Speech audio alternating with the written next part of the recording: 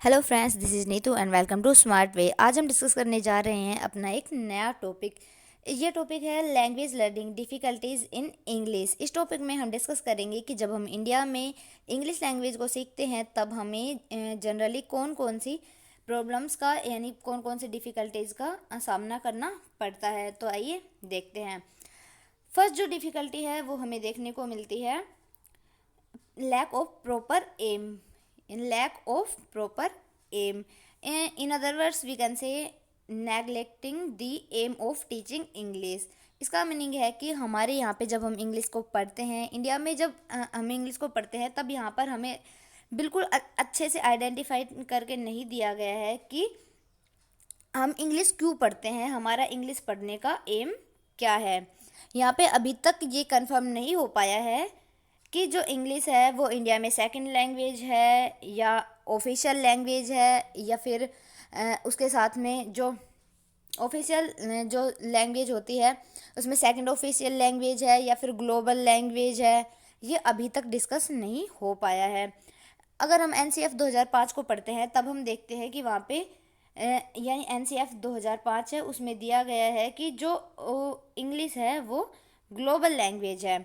But जब हम किसी ऑफिशियल काम करवाते हैं तब वहाँ पे इंग्लिश को as a second language use किया जाता है। इसमें साथ में एसोसिएटेड ऑफिशियल लैंग्वेज की तरह भी ये काम करती है। जब हम कॉन्स्टिट्यूशन में पढ़ते हैं तब ये सेकंड लैंग्वेज है और ऑफिशियल वर्क में काम आती है। इसके अलावा अभी तक ये भी नहीं कंफर्म हो पाया है कि ये ग्लोबल लैंग्वेज है या फिर सेकंड लैंग्वेज, या फिर इसे हम कई यहाँ पर इंडिया में कई सारे ऐसे स्टेट हैं जैसे कि नागालैंड है, वहाँ पर इंग्लिश फर्स्ट लैंग्वेज है और वहाँ पर इंग्लिश को ही ऑफिशियल लैंग्वेज माना गया है। वहाँ पर जो सेकंड उनकी लैंग्वेज है वो कोई और है, वो जो नागालैंड में कोई भी हो। तो अभी तक ये कंफर्म नहीं हो पाया है कि इंग्लिश का इंडिया में स्थान क्या है, क्या एम है, किस लिए हम इंग्लिश को पढ़ते हैं। जब हम फर्स्ट जो डिफ़िकल्टी फेस करते हैं वो है लैक ऑफ प्रॉपर एम या फिर neglecting the name of teaching English. की अभी तक ये नहीं कंफर्म हो पाया है कि इंग्लिश को जब हम इंडिया में पढ़ाते हैं तब इसका एम क्या है। नेक्स्ट डिफ़िकल्टी है, उससे पहले मैं आपको बताना चाहूँगी कि हमारे जो इंडिया में जो स्टैंडर्ड इंग्लिश के जो तय करती है वो एक यूनिवर्सिटी है और वो है, उसे हम बोलते हैं CIFL। ये पहले टाइम जब स्टार्टिंग में जब इसकी स्थापना हुई थी तब इसका नाम था CIFL। इसका जो फुल फॉर्म है वो है central institute of English and foreign languages. अब इसका नाम चेंज करके EFLU रख दिया गया है और EFLU की अब फुल फॉर्म है English and foreign language university. ये अहमदाबाद में है। तो दोस्तों यहाँ पे आपको समझ में आया है कि जब हमारे ये एक संस्था है जो EFLU है, ये ही डिस्कस करती है कि हमारे इंग्लिश को पढ़ने के स्टैंडर्ड क्या है, इंग्लिश को पढ़ने का एम क्या है, कब तक इंग्लिश को एज एक कंपलसरी लैंग्वेज रखा जाएगा, कब इसे ऑप्शनल लैंग्वेज बनाया जाएगा। तो यानी इंग्लिश से रिलेटेड और अदर जो फॉरेन लैंग्वेजेज हैं उनसे रिलेटेड जितने भी काम करती है वो है EFLU। पहले इसे हम CIFL के नाम से जानते थे।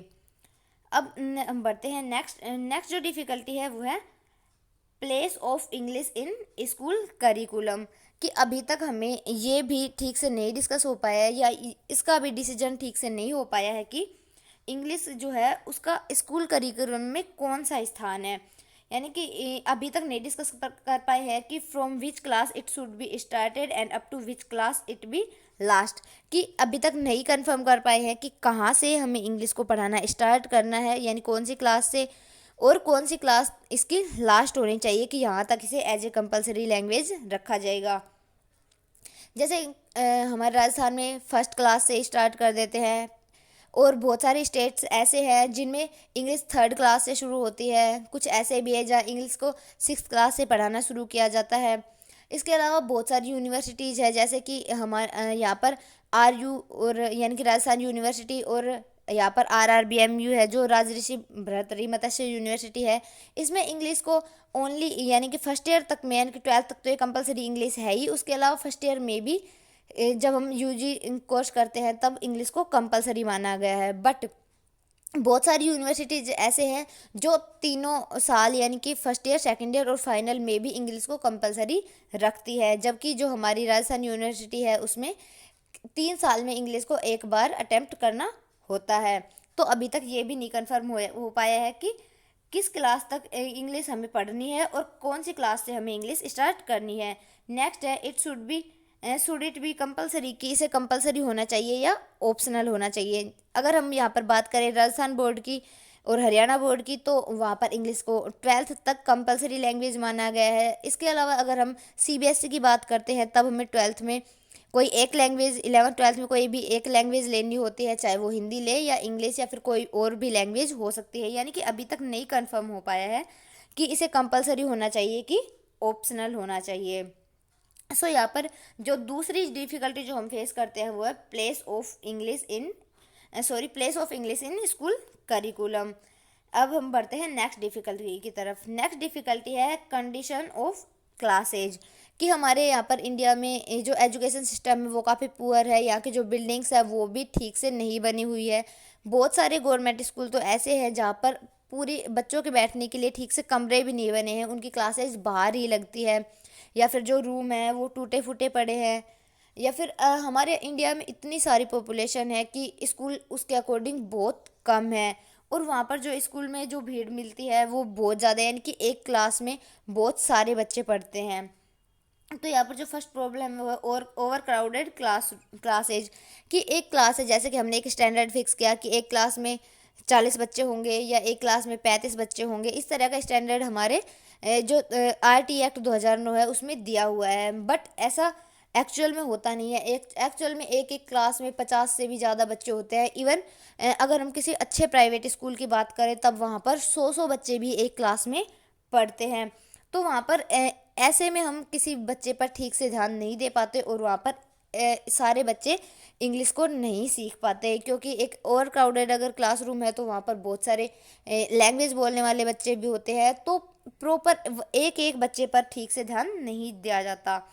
और सेकंड जो प्रॉब्लम है shortage of buildings and furniture, कि स्कूल में पूरी बच्चों को बैठने के लिए बिल्डिंग भी नहीं उपलब्ध है, और वहाँ पर इसके साथ साथ जो फर्नीचर है वो भी अवेलेबल नहीं है। यहाँ तक कि गवर्नमेंट स्कूल में और अगर हम कुछ प्राइवेट स्कूल की बात करें तब भी देखते हैं कि जो बच्चे हैं वो नीचे मैट पे बैठते हैं, उनके लिए फर्नीचर भी नहीं है। बहुत सारे यानी कि ओवर क्राउडेड क्लासरूम्स भी है, और उसके अलावा बिल्डिंग भी ठीक से नहीं बनी हुई है, बारिश में पानी टपकता रहता है, अगर बाहर आंधी तूफान चल रहा है तो मिट्टी अंदर जा रही होती है। यानी कि ये सारी प्रॉब्लम्स भी हमें फेस करने को मिलती है। तो यहाँ पर जो थर्ड प्रॉब्लम है, थर्ड जो डिफिकल्टी है वो है conditions of classes. Next हम देखते हैं फोर्थ जो डिफिकल्टी है वो है यूज ऑफ ट्रेडिशनल मेथड्स, कि जब हम इंग्लिश को पढ़ाते हैं इंडिया में तब हम अब के नए जो मेथड है, नए जो टीचिंग मेथड है उनका यूज ना करके जो ट्रेडिशनल टीचिंग मेथड है जो बहुत पुराने टाइम से चले आ रहे हैं उनका यूज करते हैं। अब के जो नए जो टीचिंग मेथड हैं वो सारे प्रैक्टिकल बेस्ड है, जबकि जो पुराने जो मेथड हैं वो सारे वो टीचर सेंटर्ड है, जो उनमें जो टीचर है उनको ही मेन जगह दी जाती है, यानी कि जो टीचर बोलते हैं वही स्टूडेंट्स को करना होता है, टीचर्स ही उनका सेंटर होते हैं। बट अकॉर्डिंग टू आरटी 2009 और एनसीएफ 2005 है उसके अकॉर्डिंग जो अब जो एजुकेशन सिस्टम है वो होना चाहिए चाइल्ड सेंटर्ड।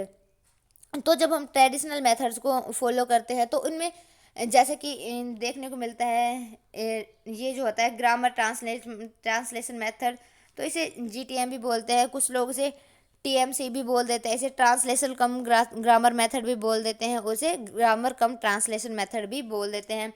इसके अलावा जो इंग्लिश का पढ़ाने का जो सबसे बेस्ट जो मेथड माना जाता है वो है डायरेक्ट मेथड। तो डायरेक्ट मेथड में हम इंग्लिश के थ्रू ही इंग्लिश पढ़ाते हैं। डायरेक्ट मेथड में कहा जाता है कि जो भी हम लैंग्वेज सिखाते हैं वो हमें उसी ही लैंग्वेज में सिखानी चाहिए, बट ये भी नहीं हो पाता बिकॉज हमारे यहाँ पे जो जैसे कि इंडिया में है तो कुछ हिंदी बोलने वाले स्टूडेंट्स होते हैं जिन्हें इंग्लिश से कभी सामना ही नहीं हुआ होता, तो वो सारी बातों को इंग्लिश में भी नहीं समझ पाते।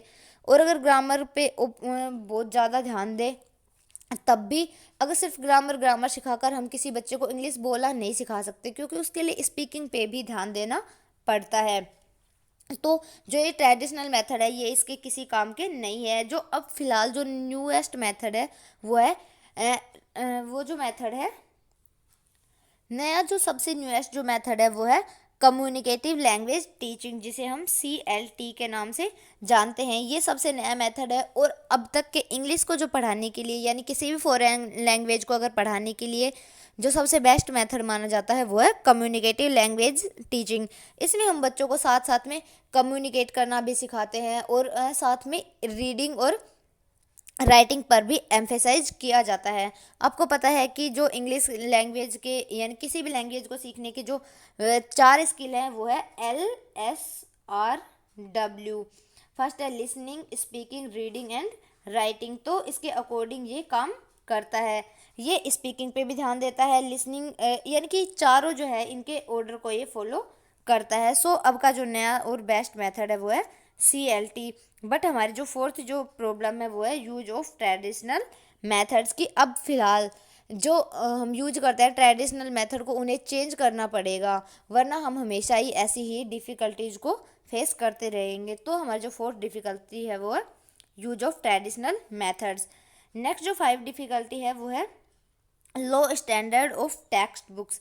कि इंडिया में जो भी टेक्स्ट बुक है जो प्रिंट की जाती है उनमें अभी तक ऐसी है कि हमारे जो इंडियन राइटर्स हैं उनकी बुक वो उनकी जो वो जो पोएम लिखते हैं, वो जो स्टोरी लिखते हैं, उनको बहुत ही कम जगह दी जाती है। जो मेनली हम जो चैप्टर्स देखते हैं स्कूल करिकुलम में, किसी भी क्लास की आप बुक उठा के देख लीजिए इंग्लिश की, उनमें हमें ज़्यादातर जो राइटर्स मिलते हैं वो फॉरेन मिलते हैं। जो फॉरेनर होते हैं उन्हीं के वो उठाए जाते हैं पोएम्स, उन्हीं की स्टोरी उठाई जाती है। तो इंडिया के लोगों को उनके थॉट्स को अगर जगह ही नहीं दी जा रही है तो बच्चे उनसे रिलेट नहीं कर पाते और उन चीज़ों को समझ भी नहीं पाते। वहाँ के जो फॉरेनर्स हैं उनके जो वर्ड्स हैं वो अलग तरीके से यूज किए जाते हैं, हमारे इंडिया में जो तरीका है वो बिल्कुल अलग है। इसके अलावा हमारी जो टेक्स्ट बुक्स हैं उनमें प्रॉपर अगर एक चैप्टर दिया है तो उसके बाद जो क्वेश्चंस होते हैं, जिन क्वेश्चन फोर्स में जो क्वेश्चंस के जो फॉर्म होती है वो बस ऐसे होते हैं कि ऐसे टाइप सिर्फ रिटर्न का काम होता है, उसमें स्पीकिंग पे लिसनिंग पे कोई ध्यान ही नहीं दिया जाता। सो यहाँ पर जो फिफ्थ प्रॉब्लम है वो है लो स्टैंडर्ड ऑफ टेक्स्ट बुक। यहाँ पर बच्चों को प्रैक्टिस करने के लिए भी पूरे क्वेश्चंस ठीक से नहीं मिल पाते। तो जो फिफ्थ प्रॉब्लम हुई वो है लो स्टैंडर्ड ऑफ टेक्स्ट बुक्स। तो नेक्स्ट जो हमारी सिक्स्थ प्रॉब्लम है वो है लैक ऑफ इफ़ेक्टिव टीचर्स। कि जो इफ़ेक्टिव टीचर है जो अच्छे से इंग्लिश पढ़ा सकते हैं ऐसे टीचर्स की भी इंडिया में कमी है। क्योंकि जो बहुत सारे जो टीचर है वो ऐसे हैं जिन्हें खुद नहीं इंग्लिश बोलनी आती बट वो इंग्लिश पढ़ा रहे होते हैं। यहाँ पे आप देख सकते हैं जैसे कि हमारे यहाँ पे इंडिया में जब भी हम देखते हैं तो मेनली जब इंग्लिश को इंग्लिश में ना पढ़ाकर हिंदी में ट्रांसलेट कर करके पढ़ाया जाता है। जैसे इंग्लिश ली तो हम उसकी हिंदी बताते हैं, बच्चों को इंग्लिश में ही उन चीज़ों को समझने के लिए छोड़ा ही नहीं जाता। बच्चों पे कोई उनके माइंड पे कोई भी स्ट्रेस होता ही नहीं है कि वो थोड़ा सा भी उसे समझने की कोशिश करे, बिकॉज जो टीचर होते हैं वो हिंदी में ट्रांसलेट कर करके उन्हें बता दे रहे होते हैं। सो जो इफ़ेक्टिव टीचर है उनका अगर खुद का इंग्लिश में अच्छी पकड़ नहीं होगी, खुद का कम्युनिकेशन अच्छा नहीं होगा, वो ऐसे ही इजी फॉर्म में बच्चों को सिखाते रहेंगे, अच्छे से ट्रेंड नहीं होंगे टीचर्स, तो वो क्या क्या ही बच्चों को सिखाएंगे।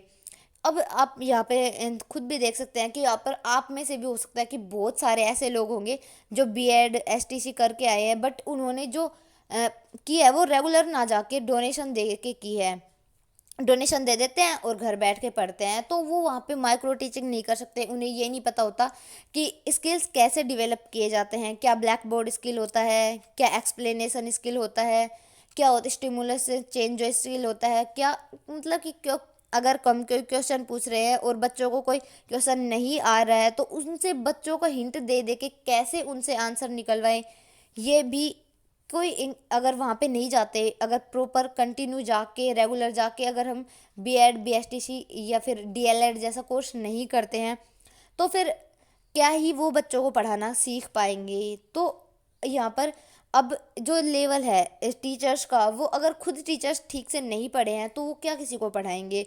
तो अगर इंडिया में अगर हमें टीचिंग इंग्लिश को क्या, अगर किसी भी सब्जेक्ट की बात करनी है, उन्हें अगर हमें अच्छे टीचर्स चाहिए तो सबसे पहले तो हमें ट्रांसपेरेंसी लानी होगी इस चीज़ में कि जो भी काम है वो फेयरली किया जाए। डोनेशन जैसी चीज़ों को हटाकर रेगुलर बेसिस पे ट्रेनिंग और प्रैक्टिस करनी होगी, तो ही हमारे इंडिया को पूरे ट्रेंड टीचर मिल पाएंगे और इफ़ेक्टिव टीचर मिल पाएंगे। अगर इफ़ेक्टिव टीचर जो होंगे तो वही इफ़ेक्टिव तरीके से टीचिंग करा पाएंगे और बच्चे भी इंग्लिश को इफ़ेक्टिव तरीके से सीख पाएंगे। इंग्लिश ही क्या, इसके अलावा कोई भी अगर हम फॉरेन लैंग्वेज की बात करते हैं, इवन हिंदी की भी बात करते हैं, तब भी हमें हर एक लैंग्वेज के लिए या हर एक सब्जेक्ट के लिए इफ़ेक्टिव जो टीचर्स हैं उनकी ज़रूरत पड़ती है।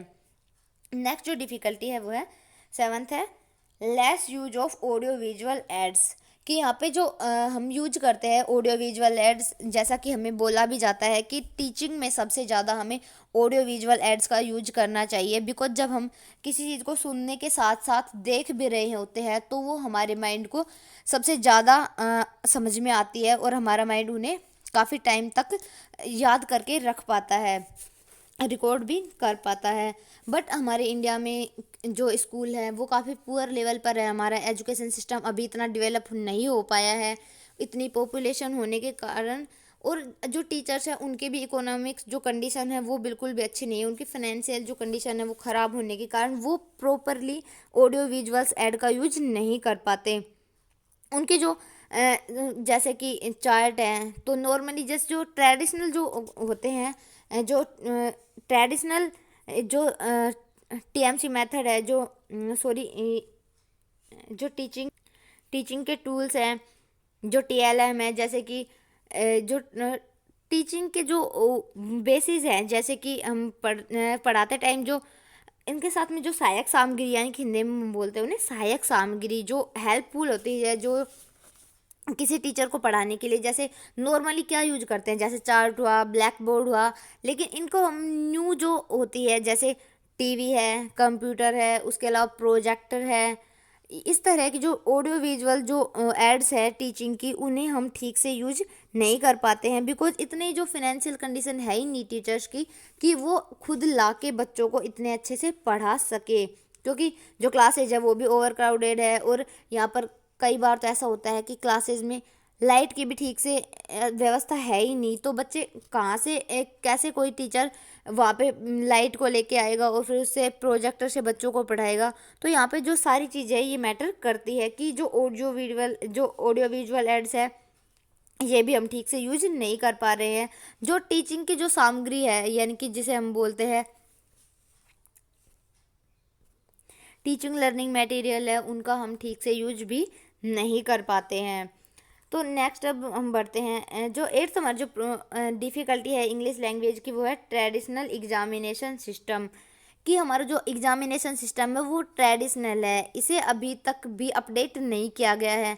यहाँ पर हम देखेंगे कि जो बहुत सारे जो एग्ज़ाम्स होते हैं उनमें ये होता है कि जो ये यहाँ पे ऑप्शनल एग्ज़ाम ना होकर, जैसे कि हमें ये जो हमारा जैसे रीट का एग्ज़ाम होता है तो इनमें तो हमें जो क्वेश्चन मिलते हैं वो होते हैं ऑप्शनल, यानी कि ये इस तरह के यहाँ पे ऑब्जेक्टिव टाइप क्वेश्चन देखने को मिलते हैं कि एक क्वेश्चन आता है, उसके 4 ऑप्शन दे दिए जाते हैं, हमें उनमें से कोई भी एक चूज करना होता है और बस एक को ही राइट आंसर माना जाता है, बाकी जो 3 होते हैं उन्हें रॉन्ग माना जाता है। जब ऐसे हम क्वेश्चन करते हैं, ऐसे क्वेश्चन जब दिए जाते हैं, तब तो जो उसका जो इवैल्यूएशन होता है वो फेथफुल होता है, उसमें हम वो रिलायबल होता है, उनमें जो मार्किंग होती है वो रिलायबल होती है कि हाँ हमने इतने क्वेश्चन सही किए हैं और उसके एक सही क्वेश्चन का एक सही नंबर मिल जाएगा और उसके अलावा यानी जो गलत है उनके नंबर काट लिए जाएंगे।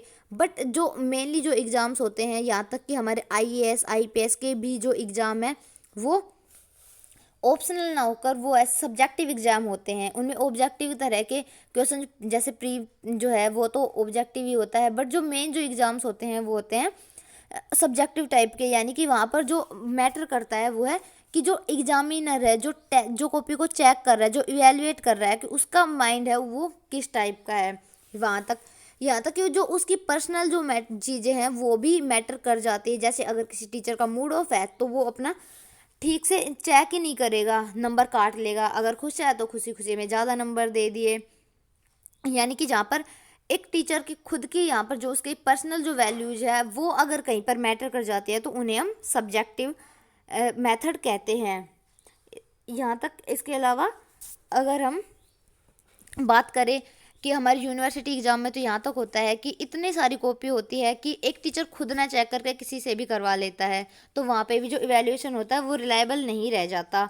तो यहाँ पर ये जो ट्रेडिशनल जो सब्जेक्टिव टाइप के एग्ज़ाम्स है, यहाँ पर हमें ये भी एक इंग्लिश लैंग्वेज में डिफ़िकल्टी देखने को मिलती है कि ठीक से इवैल्यूएशन ही नहीं हो पाता तो बच्चे डिमोलिश हो जाते हैं, वो किसी चीज़ को आगे करना ही नहीं चाहते, उनका जो मोरल है वो डाउन हो जाता है।